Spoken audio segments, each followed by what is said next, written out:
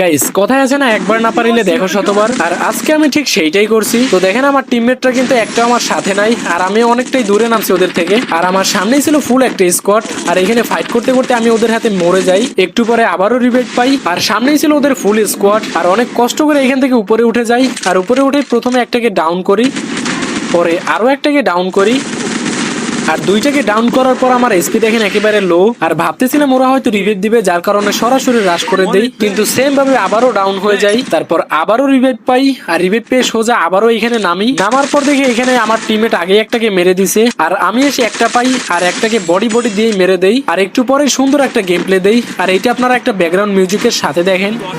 Sucesso tu vai ganhar, deve teatro vai ganhar. Pra você tem que fazer tudo que os faixa mandar. Piroca que eu posto no TikTok. আচ্ছা, এদের সবগুলোকে মারার পর সামনে দুইটা enemy বেঁচে ছিল, একটাকে তো সোজা ডোমেনে নিয়ে যাই, আর এটাকে অল্প একটু ড্যামেজ দেওয়ার পরেই দেখি এইটা মরে যায়। তারপর লাস্টে একটা এনিমি বেঁচে ছিল, আর আমি সরাসরি ওর উপর রাশ করে দেই, আর এইটাকে ফাইনালি মেরে দিয়ে আমাদের বইয়ে হয়ে যায়। তো আজকের মতো এই পর্যন্তই, ভালো থাকবেন সবাই, টাটা।